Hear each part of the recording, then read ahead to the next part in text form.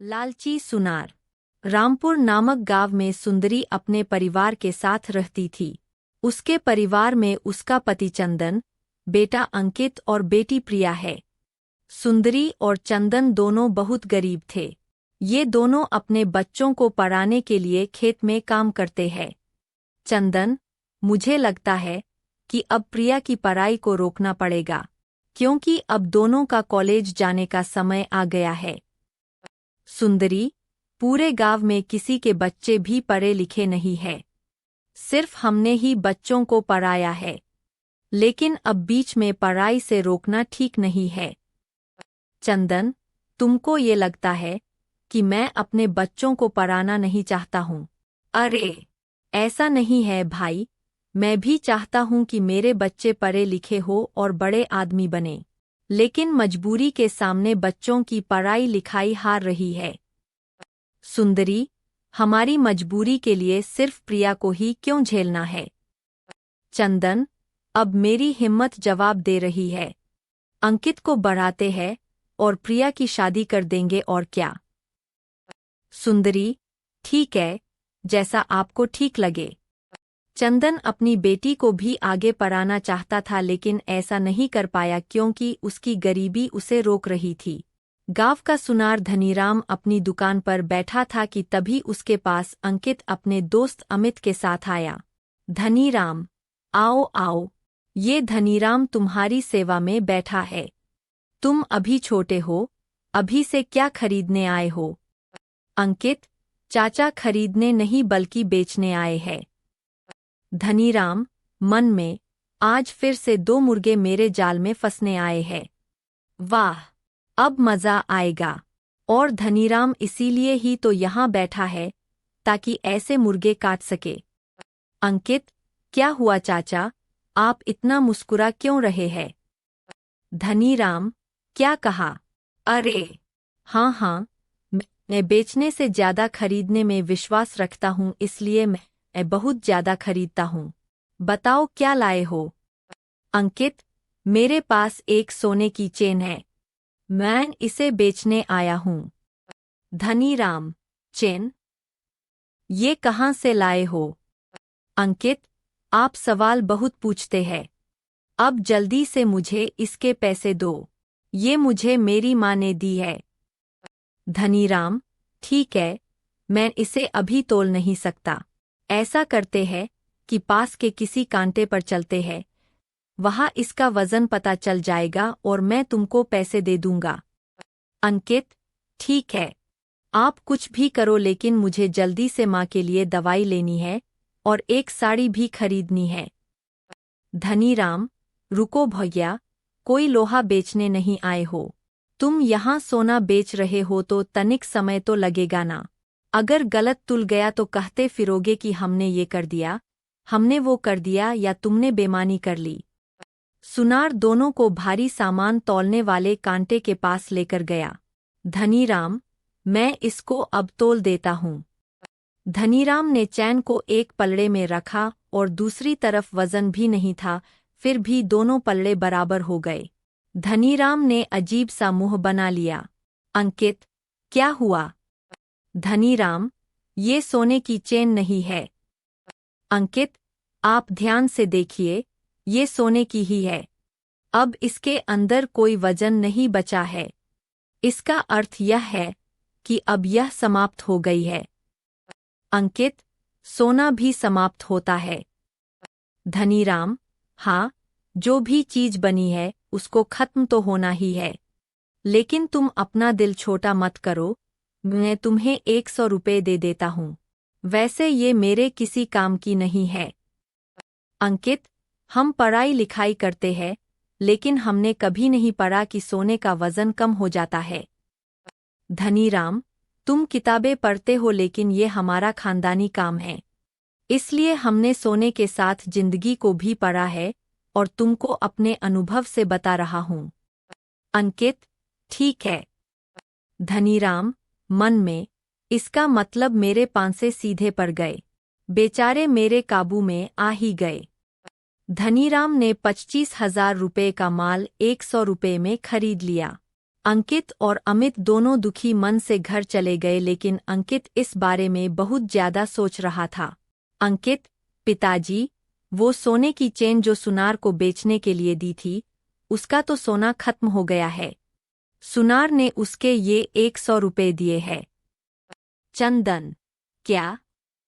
वो बेईमान धनीराम पूरी सोने की चेन ठग गया। इससे सारे गांव वाले परेशान हैं। अंकित, चलिए पिताजी, पुलिस को बुलाते हैं, उन्हें सब बता देंगे। चंदन, नहीं बेटा, इससे पहले कई लोगों ने शिकायत की लेकिन बिना सबूत के कोई फायदा नहीं। वो बेईमान धनीराम बच निकलता है। अंकित, मन में, इसको कभी ना कभी तो सबक सिखाऊंगा। अगले दिन सुबह को अंकित के पिता ने उससे कहा, चंदन, अंकित, मैं आज तुम्हारा दाखिला शहर के किसी कॉलेज में करा देता हूँ। अंकित, पापा, लेकिन इतने पैसे कहाँ से आएंगे? चंदन, तुम्हारी माँ ने अपने सारे गहने धनीराम के पास गिरवी रख दिए हैं। जब तुम पढ़ाई कर लोगे या हमारे पास पैसे हो जाएंगे, हम वो वापस लाकर प्रिया की शादी करा देंगे। अंकित, लेकिन पापा, वो बेईमान है और आपने माँ के गहने। सुंदरी, बेटा, कोई और चारा नहीं था। तुम पढ़ाई पर ध्यान देना, इसके अलावा तुम्हें कुछ भी नहीं सोचना है। अंकित, ठीक है माँ, लेकिन मैं ये कहना चाहता हूँ कि प्रिया को कॉलेज ना सही तो कम से कम घर से पढ़ने दीजिए। सुंदरी, ठीक है बेटा, जैसा तुम्हें ठीक लगे। अंकित शहर में पढ़ने चला गया और उसने प्रिया का प्राइवेट दाखिला करा दिया। जब भी अंकित घर आता, प्रिया के लिए किताबें और पत्रिकाएं लेकर आता। प्रिया की तैयारी भी सही चल रही थी। कुछ साल बाद चंदन और सुंदरी खेत में काम कर रहे थे। चंदन, हमारे पास कुछ पैसे आ गए हैं। अब हमें धनीराम से गहने छुड़ा लेने चाहिए। सुंदरी, हाँ, हम आज ही धनीराम के पास चलते हैं, क्योंकि कुछ दिनों में प्रिया की शादी है। चंदन, हाँ। सुंदरी, धनीराम बहुत बेईमान आदमी है। अब उसकी बेईमानी के किस्सें सब तरफ मशहूर है। मुझे तो बहुत चिंता हो रही है, कहीं वो हमारे गहने बदलकर नकली ना दे दे, क्योंकि गांव के बहुत लोगों के साथ वो ऐसा कर चुका है। चंदन, तुम बेवजह ही इतना परेशान हो रही हो। वो हमारे साथ ऐसा नहीं करेगा। दोनों पति पत्नी अपना सारा काम खत्म करके धनीराम के पास। धनीराम, आइए आइए, और बताइए आज क्या बेचने आए हो? चंदन, धनीराम, मैंने तुम्हारे यहाँ अपनी पत्नी के गहने गिरवी रखे थे, मैं वही लेने आया हूँ। धनीराम, मन में, ऐसा तो पहली बार हुआ है कि कोई अपना सामान वापस लेने आया है। चंदन, क्या हुआ? तुम भूल गए क्या? मैं भीख हूँ। धनीराम, नहीं नहीं, मैं तुम्हें कैसे भूल सकता हूँ, लेकिन मुझे गहने याद नहीं है कि तुमने कौन कौन से गहने गिरवी रखे थे। सुंदरी, गहने दिखा दो, मैं अपने गहने पहचान लूंगी। धनीराम, मेरे पास कोई गहने नहीं है। मैं ऐसे कैसे किसी और के गहने तुम्हें दे सकता हूँ? और हाँ, इतने वर्षों में बहुत ज्यादा ब्याज हो गया होगा जो तुम चुका नहीं पाओगे। चलो यहाँ से, जाओ। चंदन, धनीराम, तुम्हारे पास पैसे की कोई कमी नहीं है, लेकिन मैं एक गरीब पिता हूँ और तुम्हारे आगे हाथ जोड़ता हूँ। मेरी बेटी की शादी है, तुम मुझे गहने वापस कर दो। धनीराम, चलो यहाँ से जाओ, मेरे पास कोई गहना नहीं है। एक बार कह दिया, समझ नहीं आता क्या? चंदन, मैं गरीब बाप हूँ, मुझे अपनी बेटी की शादी करनी है। धनीराम, हाँ हाँ, जाओ जाओ, मेरी बेटी की भी शादी है। धनीराम ने चंदन और सुंदरी को बिना गहने दिए हुए ही भगा दिया। पूरा गांव धनीराम से परेशान था। उसने सभी लोगों के साथ धोखा किया था। चंदन, अब हम अपनी बिटिया की शादी कैसे करेंगे? कुछ समझ नहीं आ रहा। इस बेईमान सेठ को हम गरीबों को लूटकर क्या सुकून मिलता है? सुंदरी, आप परेशान मत होइए, भगवान सब ठीक करेंगे। हमारा सही समय भी आएगा और इस सेठ को सबक भी मिलेगा। धनीराम अपनी बेटी के विवाह से एक दिन पहले सारे गांव को दावत पर बुलाता है। सभी लोग अमीरों की शादी देखने और अच्छा खाना खाने जाते हैं। सब कुछ अच्छे से चल रहा था लेकिन तभी वहां 3 गाड़ियां आकर रुकी। सभी हैरान हो गए। धनीराम, कौन आया है? कौन है? सामने कुछ पुलिस वाले और अधिकारी थे जिसमें अंकित भी था। धनीराम, अरे अंकित बेटा, तुम इतनी सारी पुलिस के साथ क्यों आए हो? तुमने ऐसा कौन सा गुनाह किया है जो पुलिस वाले तुमको पकड़ रहे हैं? अंकित, धनीराम, अपनी जुबान संभालकर बात कर और मुझे साहब कहकर बोल क्योंकि मैं एक आयकर विभाग अधिकारी हूँ। धनीराम, क्या तुम ये सब? अंकित, तूने मेरे बाप के साथ साथ ना जाने कितनों को ठगा है। मैं आज तेरा हिसाब करने आया हूँ।